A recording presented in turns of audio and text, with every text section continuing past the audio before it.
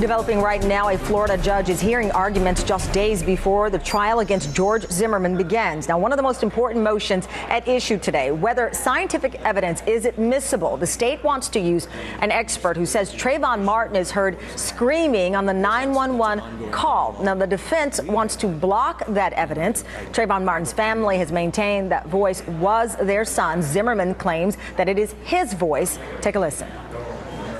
I think they're yelling help, but I don't know.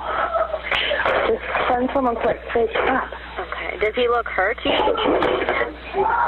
I can't see him. I don't want to go out there. I don't know what's going on. So they're sending him. So you think he's yelling help? Yes. All right. What is your phone number? There's gunshots. George Zimmerman has pleaded not guilty to second-degree murder charges. NBC's Ron Mott is live for us in Sanford. Ron, what have we seen today?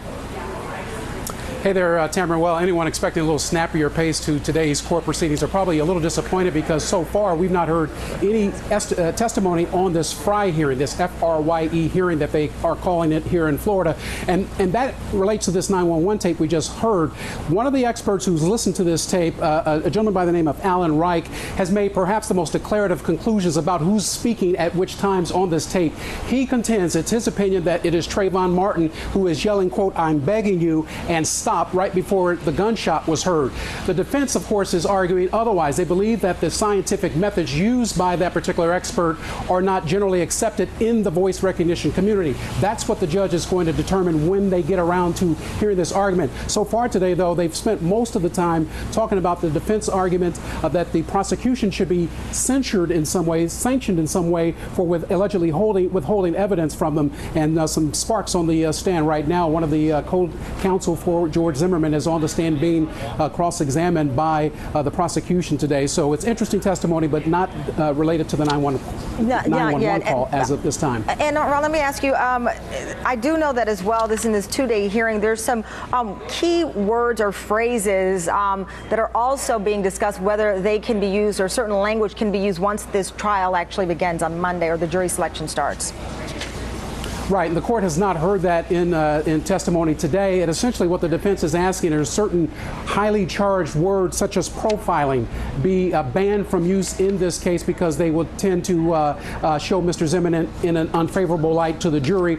That motion has been filed. The judge has not opened that up for discussion as of yet. We are going to go to presumably 4 or 5 o'clock today, and then there's always tomorrow. A lot of stuff yet to get in here over the next day or so, Tamara. All right, thank you, Ron. Greatly appreciate the live report. Now let me bring in criminal defense attorney John Burris and David Notowitz, president and founder of the National Center for Audio and Video Forensics. We should note, by the way, before we start our conversation, that George Zimmerman has sued NBC Universal for defamation, and the company has strongly denied his allegations. Gentlemen, thank you so much for joining us. David, let me start with you. You heard Ron say that they've not gotten into the meat of the big issue of this audio heard in the background, at least according to the prosecution and Trayvon Martin's family, that it is his voice. What does the judge need to weigh here with this scientific evidence?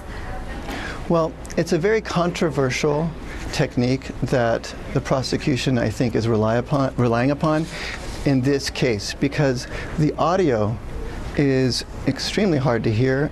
It's only really screams, and you're not hearing actual words that you can compare scientifically with all the new software out. So it's very controversial amongst many audio experts that they can actually determine who this is.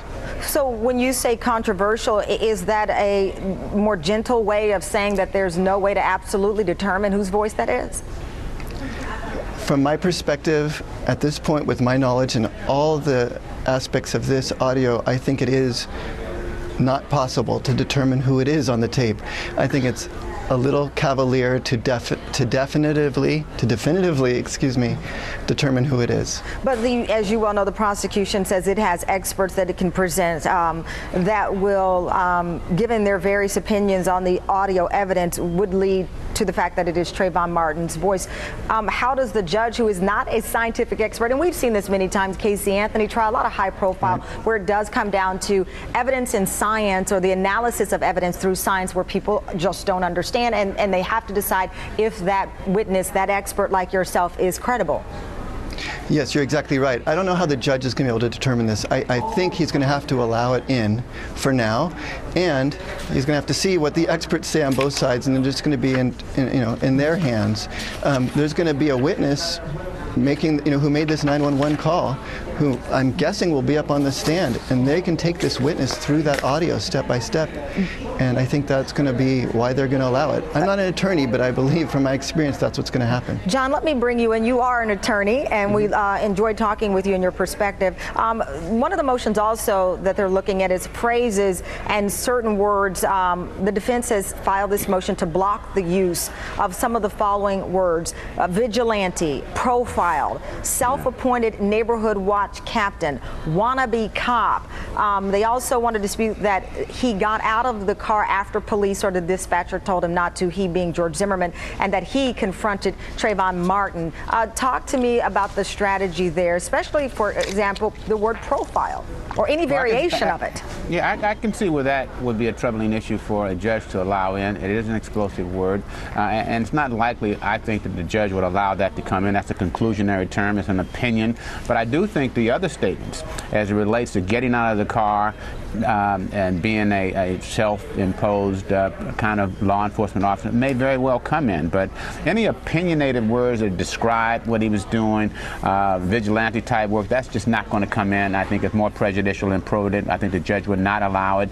Those words are highly inflammatory. But what he actually did, getting out of that car, and whether or not he was following or not, or stalking or not, those terms will come in if, in fact, there is someone to testify to. And I think they can probably do that by showing, based upon the tape and also based upon his movements. And if they allow the girl's testimony to come in, describing what Trayvon was saying about being followed, and even Zimmerman himself, who said that he was attacked while walking back to his car, all of which suggest that he had made a substantial amount of movement in trying to follow. And so the exploratory, the words such as vigilante and profiling probably will not come in, but the other terms, in fact, descriptions will come in. And as you mentioned, the states, in various interviews, the Sanford police said that Zimmerman says he got out of the car, but only to look for a street name because the dispatcher asked him. That's a different account from what we're expecting the witness who was on the phone with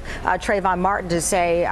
But nevertheless, to your point, some of these words may be taken out, but that is a critical part, what his actions were and his intent were. Yeah, absolutely. And those go to his credibility as well, because making those statements, and there's going to be factual evidence from other witnesses, and even his track and his movements will show that that is inconsistent with his statement. So his credibility obviously is on question here, but there's going to be a lot of evidence out there to challenge whether or not he was, in fact, did what he said he did. All right, gentlemen, thank you very much for your time. We'll continue to follow this hearing as it is ongoing right now. Thank you.